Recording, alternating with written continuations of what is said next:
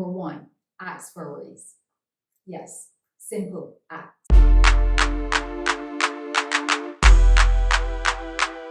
Increase your earnings. For many, employment is the main source of income. The level of income that is paid to us is not of our own choosing, but what is offered to us by the decision makers of the company we work for, which we have the choice to reject or accept. Many will suggest that you cannot attain financial security and wealth by working for someone else. That theory is dependent on where you sit, because there are many persons who do earn multi-million-dollar packages per year from being an employee, and there are others who have used the money earned from their 9-to-5 to create substantial empires.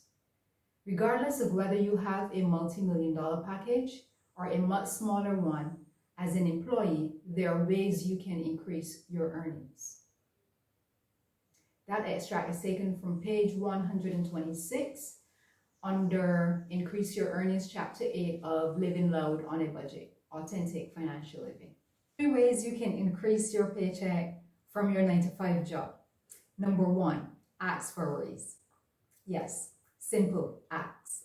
Now, I know persons will say, oh, is it that simple that you can just roll up to your HR department, your immediate manager, or your employer and say, hey, can I have a raise, and expect to receive it? Well, you just might. If you've read Living Loud on a Budget, you would know that I actually did this in the very early stage of my career, and I was able to walk away with a little something extra. Now, it may not necessarily be a big grand amount as what you would be wishing for, but you could walk away with something extra. Now, what you're doing when you ask for a raise isn't just necessarily asking for more money, but what you are doing is that you're letting individuals know that you are the progressive type of person. Either that you are interested in progressing within the company, or that you are looking for more because you have other goals and objectives that you want to achieve. And this is something that they may not necessarily have known before. You know, we can't just assume that people know what our goals are or our achievements are, and that there are persons out there who are just going to be looking at our salary on a daily, weekly, monthly, or even yearly basis and would be saying, okay, well, let's give so-and-so additional extra money. The thing is that you're going to have to advocate for yourself. You're going to have to get comfortable advocating for yourself, because basically if you're not advocating for yourself, then who is? Number 2, continuous development. Now, continuous development doesn't necessarily mean, oh, let me pay and do an extra, very expensive course. Because doing an extra course or doing an extra qualification, even if it's a master's level, does not necessarily mean that your pay will increase to match that course that you have just done. So before you embark on a very expensive, or before you embark on any level of continuous education, make certain it is something that can guarantee you that you will see that elevation in your career that you're looking for, or that you'll see that elevation in your paycheck. And there are some simple things that you can do to make certain that you're not just spending money on a qualification. Simply look, are there persons who are at that level that you are trying to rise to? Do they have this specific qualification, or do they have any other advanced qualification? And chances are, if they don't, it's highly unlikely that the company you're working for will be willing to pay you extra for that specific one. Number 3, use your company's incentives, bonuses, training, as well as the employee programs. Now, these programs are very underutilized a lot in companies.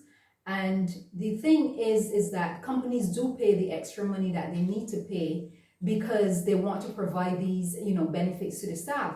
Sometimes it's not only that they want to provide them, but it is required by law that they provide some of these benefits. When you look around the company, you'll see there are some training programs. They may not necessarily be related directly to the job that you're doing now, but there may be training programs that you can use outside of your company. There may be things that you can learn how to do that will help you create a side hustle, things that you will be able to use further down the road. And if you can utilize your company to benefit from these programs now, then why not? Mental health specialists, these are another set of programs that are underutilized a lot. If you have to pay these type of expenses out of your pocket, it does cost a lot. So if you can tap into your company's program, again, why not? There are programs within your company that I'm sure that you have either not looked into, or you have decided, well, maybe I don't necessarily want to do it through my company. But the thing about it is that most of these programs, or I would say all of these programs, are actually very confidential. Most that will be shared with the company if the number of persons who've taken up the services.